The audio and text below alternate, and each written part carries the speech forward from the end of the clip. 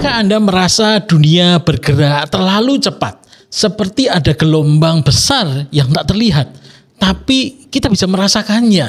Hari ini saya ingin mengajak Anda duduk sejenak, tarik nafas, karena yang akan kita bahas bukan hanya sekedar teknologi, tetapi perubahan zaman hari ini. Ini adalah awal dari babak baru peradaban. Dan yang memimpin gelombang ini bukan lagi pemain lama, tetapi pemain yang relatif baru, yaitu Tiongkok. Ya benar, bukan lagi Amerika. Tiongkok kini tampil sebagai bintang baru dalam panggung generatif AI dunia.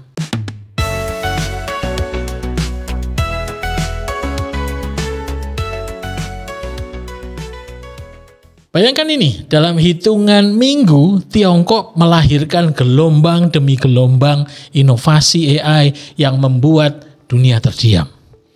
Izinkan saya mengenalkan beberapa nama ya, beberapa atau banyak nama yang sedang menjadi perbincangan hari ini. Nomor 1, yang sudah sangat terkenal, DeepSeek V2 ya, sampai version 2. Ini AI ibarat motor bebek gitu ya, yang bisa menyaingi mobil sport. Hemat daya tapi larinya kencang. Cocok untuk perusahaan yang ingin AI canggih tapi hanya punya anggaran yang terbatas. Lalu ada Qwen 2.5 Max dari Alibaba, yang seperti sekretaris pribadi yang bisa membaca teks dan gambar sekaligus. Kirim saja foto-foto nota Anda, dia akan otomatis membuat laporan pengeluaran untuk Anda. Ada juga kemudian Hunyuan dari Tencent.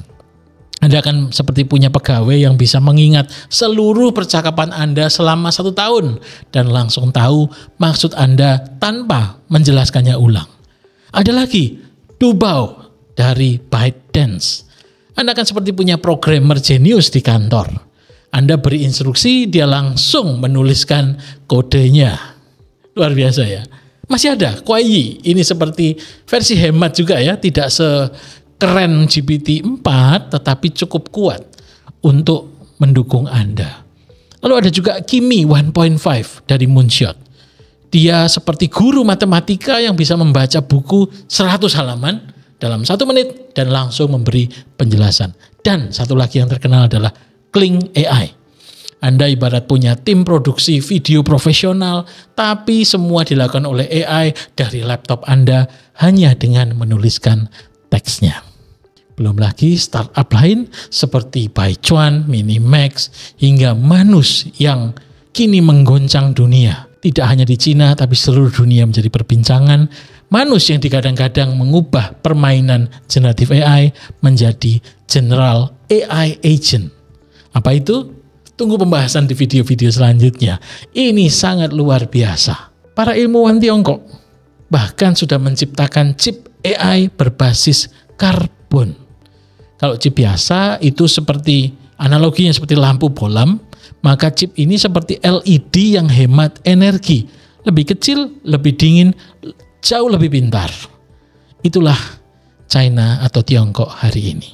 Sekarang mari kita tanya pada diri kita sendiri. Apa artinya semua ini ya, perkembangan Tiongkok atau China bagi Indonesia gitu? Jawabannya sangat sederhana. Peluang dan peluang besar. Mengapa? Tentu saja kita dengan model Gen AI dari China yang semakin banyak, murah dan bisa dimodifikasi. Dunia usaha di Indonesia dari mulai startup teknologi, UMKM, korporasi besar bisa melompat dengan jauh lebih cepat, lebih tinggi, lebih advance ya, lebih ahli, lebih jago lagi dengan karya dari Tiongkok ini. Bayangkan, perusahaan Anda punya chatbot customer service seperti DeepSeek yang bisa menjawab pertanyaan pelanggan 24 jam dalam seminggu tanpa istirahat. Murah lagi. Atau tim marketing Anda pakai Kling AI untuk membuat video promosi seperti punya tim kreatif sekelas Netflix. Atau divisi SDM Anda memakai Qwen untuk membuat job description otomatis, menyaring CV yang masuk, merespon kandidat, dan sebagainya. Atau mau laporan keuangannya dibuat otomatis dengan Dubao. Tinggal upload data, keluar narasi, analisisnya lengkap. Semua ini membuat bisnis Anda menjadi lebih cepat, lebih hemat, dan pelanggan jauh lebih puas. Ini yang paling penting, bukan? Dan semuanya itu bukan lagi angan-angan. Itu bisa Anda lakukan, Anda mulai dari hari ini. Kabar baiknya, Indonesia juga ikut tumbuh cepat dalam ekosistem generatif AI ini. Beberapa perusahaan karya anak bangsa pun mulai menapak kuat memimpin langkah adopsi generatif AI di Indonesia. Ada perusahaan-perusahaan yang mulai mengimplementasi AI seperti AI agent yang mulai tumbuh dengan subur. Pemainnya ada banyak, ada Soca, ada Kata.ai, ada Fitloop, dan lain-lainnya yang seperti tukang-tukang digital ya, bisa membuat aplikasi internal di dalam perusahaan tanpa perlu coding. Beberapa perusahaan ini mulainya mungkin dengan chatbot, tetapi kemudian berkembang menjadi platform AI yang membantu layanan publik ya bagi perusahaan-perusahaan di Indonesia. Nah, hal ini membuktikan bahwa Indonesia juga bisa bersaing dan menciptakan solusi yang sesuai dengan kebutuhan dunia bisnis kita. Lalu apa langkah konkret kita selanjutnya? Sebagai bangsa, sebagai pebisnis, sebagai pemimpin tim, bahkan sebagai individu di dalam kegiatan sehari-hari kita.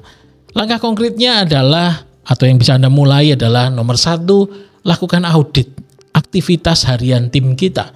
Tim Anda, mana yang sering dilakukan berulang-ulang, itu kandidat pertama untuk di-AI-kan yang berulang-ulang. Kemudian langkah kecil yang nyata, terapkan chatbot canggih ya dengan produk-produk yang ada, misalnya Genesis ya dengan privasi data milik Anda yang terjaga, yang bisa diakses mulai dari 5 jutaan saja per bulan. Ya, aman semuanya. Konten promosi mulai Anda gunakan generative AI Kling atau Pika yang bisa berlangganan dengan mulai 200 ribuan ya per bulan. Sangat murah. Lalu lakukan pelatihan untuk tim ya. Pelatihan-pelatihan tentang prompt engineer, tentang bagaimana memaksimalkan untuk level-level tertentu. Kemudian gunakan model open source seperti Qwen atau DeepSeek yang bisa dijalankan di server lokal. Cukup dengan biaya 1-2 juta per bulan.